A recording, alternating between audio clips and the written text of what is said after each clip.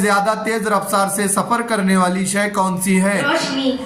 अमल तनफ्फुज के जरिए इंसान कौन सी गैस खारिज करता है? Carbon dioxide. सबसे हल्की गैस कौन सी है? हाइड्रोजन। जिस्म का तवाजुन कौन बरकरार रखता है? छोटा दिमाग। तंबाकू में कौन सा जहरीला मादा होता है? लिकोटीन। रोशनी 1 सेकंड में तकरीबन कितना रास्ता तय करती है? 3 लाख किलोमीटर। इंसान के सर में कितनी हड्डियां होती हैं? 8। इंसान की सबसे पहली इजाद का नाम बताइए।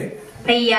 बीसीजी के टीके का इस्तेमाल कौन सी बीमारी के खिलाफ होता है? तपेदिक। दुनिया में सबसे ज्यादा कुदरती गैस का जखीरा किस मुल्क में है? कनाडा।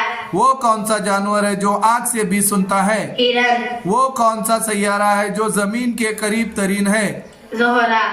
फिजा में सबसे ज्यादा कौन सी गैस पाई जाती है? नाइट्रोजन। नाइट्रोजन।